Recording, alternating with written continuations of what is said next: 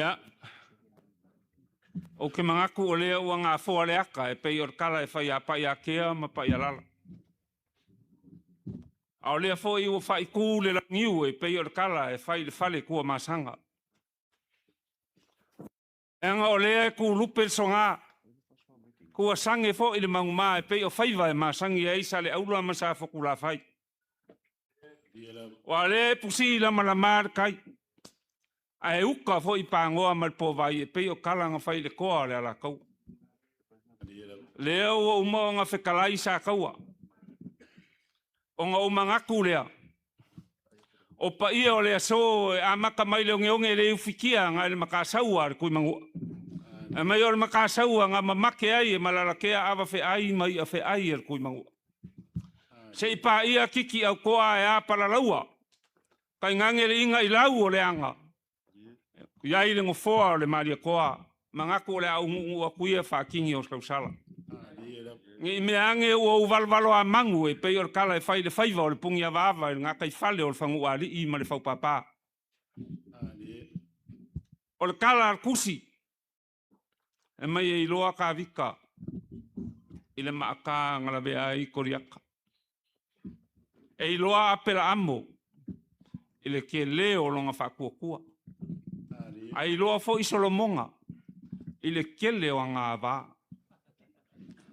A iloa sa kaua. Le pai o ainga sa kaua. Whakainga ia lea lunga. O le whakainga ku kasi o le suafangu. A ingange le pai o. Le fio mai o lua piko i whangua mo i whaikau. A la unga sa kaua. Hoi mai le kala riska maa loa le makongu. A kuko ko sa kaua. E pūle ma. E maa ko le ason ngei. O le a wha pūle ma ai ala i wha alolonga. Ia. Ka wai mai, ong sai mai. Ia. Ia. Ka pa fua ele o se kuri o vale. Ia. Lea ua maea o ngā kalai le lunga po le. Au ko wha wasa kaua. Ia. Aku foi lea o la mako le koe asa inga le o ngā sami wo umanga asa. Kai. Wa o aso anga ngafi e kaulia le so. Ia. E le fau kako mafukanga ua lesa kako fai upu makala i fukia wa sola maso wala. Ia. Ua li mafau papasa kako fisira fai. Kai. Ia le ku malo whafkai le kua o kako whenua i ngai asa. Ia. Wa mawaya ku basa. Wa kea fo i anga ngafi. Por kai au fau ringei kako whenua inga. Ia. Wa fo i fukia wa sola maso wala. Ia wa kea aku ngā kausanga mong whale kongu. Ai. Ere ngā kia kako mafukanga. Kako i ku malo. Por kako fai ngā malo ngā sasa mai rua afe rusu kasi. Ia. Kako lai mai foi le fionga i arupi ko whamua balas. Mai whea ia mea, mai lau ko wha. Ia. Mai lau ko moe, mai lau ko wha aloalo. Ngā awha e kasi ai. Kasi le pou sa kula i er kako malo ngō fua inga o kea. Ia. Por kako ngō fua inga ringei. Kako ki ka ofi kau ke le whaia le whaiva o make makenga. Ai. E ui ain kako mau e se o ngā le wha aloalo moku puale i a tua mkangaloa. Ia o le so, o le ua foi le vai me kafe mai ai. E lo aunga ngā le auke o kako mafukanga ngi aso. Ia. Kako mangaku lea, e le koe kausa ili so ko wala i malo. Kai. E koe fofola se makala langa fau. Ia. Kako lo le lei, vai singango ngumele lua, e la langor kako fai ngā malo. Ai. Yoi, mako le kau make leo lo ko wafia mai makala mai ao. Pa ia o kako i ku malo, ya inga ngā mawa e inga le kupu, ia mako kere whaiak. O ko ku kau lagi fo e fia wasa mo le fio mai lau ko falva i malai. O ia. Fio mal pari kele wal pa ia mo for mari koa. O ko ngafa kau kupu e fia. Ia leo mako mori mau le soe mongi lo ko wolofa wal kako whainga malo. Pa whakai lo ko kapu e mai. Whaakai mai loko ka kalo mai e iwi ai ngā kūr kako whai ngā malo. Ia lea kau whako whika ngalo ka ngaka. Ia ua kau ke papole o lei eri whai whiau leu kako whakasi rea ko kau ai mangur kako whai moe. E vero leo e whai mawhonga kau mamori o kako wa inga o whako kua i le kua sa mo kasi. Kako ke kalia lo i ai loko wa fio mai makalia lo i ai. Le fio mai o le whionga li whai kule. Ia moko o pua ingele. O umanga whaele le furu i kia whau. Ai le koe whaelo inga pasinga o le lau mea.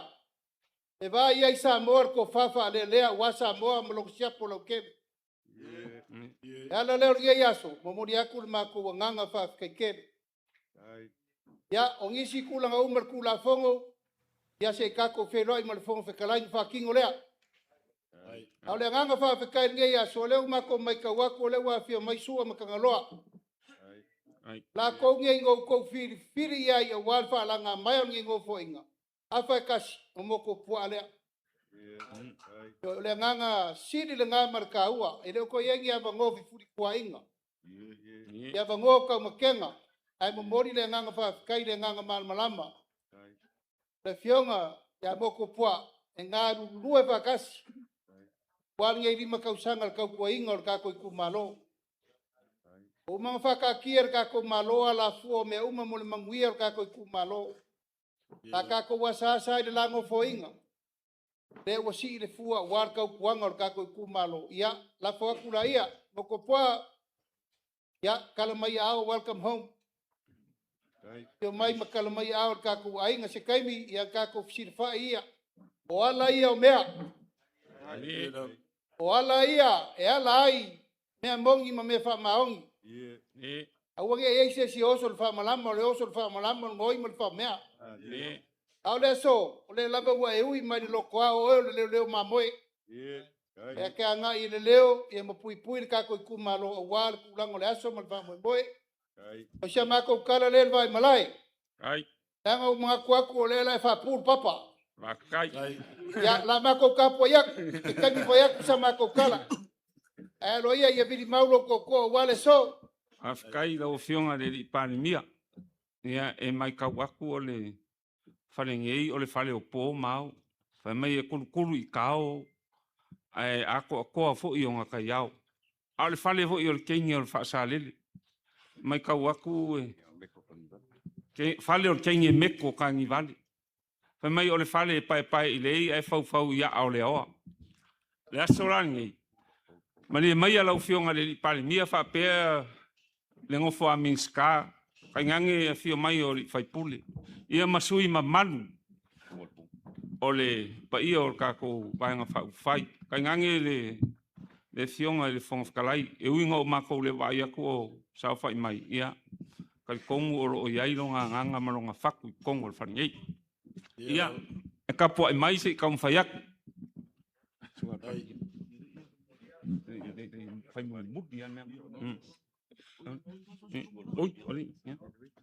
Ia, lau fionga le, la auli o le Maria Koa. Lau fionga le li pale mia o le Malo Samoa. Ka oko ia ngi upa ia kau ave. Kulou wharkoi ma le ala kaua. Kulou pa ia o ainga sa whengungu i vao, sarangi malo fisula. Kulou se ao mamala ia ki oe whalalakai. E al pa ia o malai whingau. Kulou ngal malai...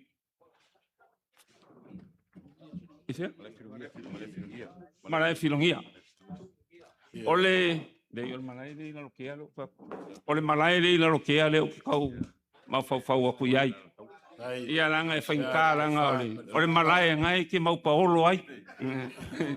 Ia ka kia ia malai ngā. Ale a ka hoi malai kele.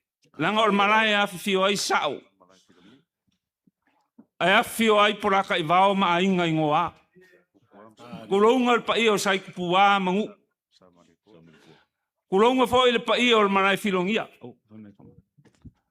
Kulonga le fio vanga ngā makongoi. Kulonga le sua le asi o le makua ma inga sa le asi. A mai e sua ai la uli o le Maria Koa. Ai kausi sa le kolo ma le fango. Kulonga pa i o malai filongia. Kulonga fo il pa i o malai punga oa. Le fio aingo ma vaenga. Ai a fakua mal fale lupe. Kulonga la fikalenga fiu. Ai al pa i o malai mauka. Su e ka pa au kangaloa. E kausi pa o mal fale lima o sa es. O fionga le la uli o le maria koa. O lava ia nga pa i e ka wak. Ole No lava. lo ko fa lea. O la whakamari. No, whakamari lea lau fionga le palmia. Ilo. Kause, lo memory no pama. E fa sua Samoa. Mai o le sua kauke ma le sua songoa. O le sua whakupu. Ai le sua whakumua. Le asongei. O le aka kou o whakamari. Lau sua whakamari lea. Ro fau mai lea mo msa.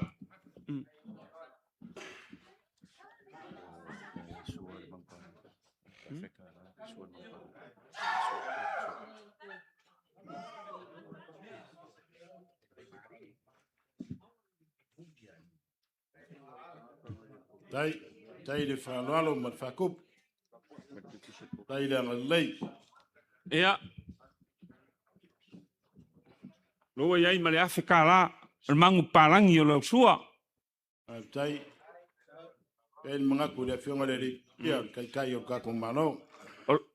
Ia lo iai ma le koru afe o lau me alofa mai a moko poa. Tai la fionga le. La fionga le li fai pule. La fionga motu kua. Tai whanalo. Ia le la mori aku le. Ia o maro. Lau ko whale. O ia whikai lea.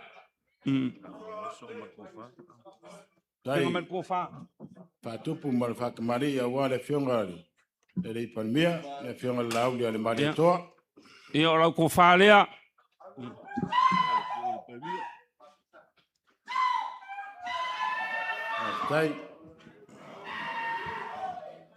Tai le whaloalo. O le a fo se mea ua ma au iei ko wha ia moko poa. O le kala moko poa a su enga wanga konga. A mai e su enga o fia e langa kengi e enga mengi o. Tai. Malo tai siata. Ia lau sunga la uri o mani koa ia. La le aise leo. Wha leo a koi konga. Mori aku lau ko wha lea. Ia. Tai. Whaloalo. Whainka fo ilanga e. O ngai ke maupaolo le kengi o mako ainga. A kako o le malai la rokea. O le malai whai mai e fio ai kuri au pupu. O le fofonga o le ala kaua. Ia o le kaua whai ngā, kaua ngu whai ngā. A kako o i whalipau. Se langa o le kengi o le iringa noa. O le lau le papa. A kako o fo i makauku mal whale iwa. Ia o le iringa noa fo i kengi o. O le kengi lea fio mai le. Ia o langa mea alofa lea. Tai le whaloalo. O ele ko wha ma le Afrika la. Tai pai e maurunga. Wharsese o le toi atua. Kala o wale so mo le whamamoi. Ai. Kei ngange poi. Pai la kun ka whanga. Ponga Ai. wat pai o le Ai. kumalo. Tai whaloalo. Ia, sangi me le sua fong whakalai fong mono. Lau ko wha ua pa au, e ui ngai leo fio mai i ala mori aku le. Me alofa mo te pua. Kala. Ia langa e whainka, le fio, le a kawar sama, le a kawar kawa. E a le fio mai o kaupa muri pola. Pa i o whare mangongo, mare ainga kai. E kausi e fuki ma au apa au. Kulonga whare ma le ukuangiangi wha meo le malai, nga ike el marama i Samoa. Tai Ia, ora whakamari.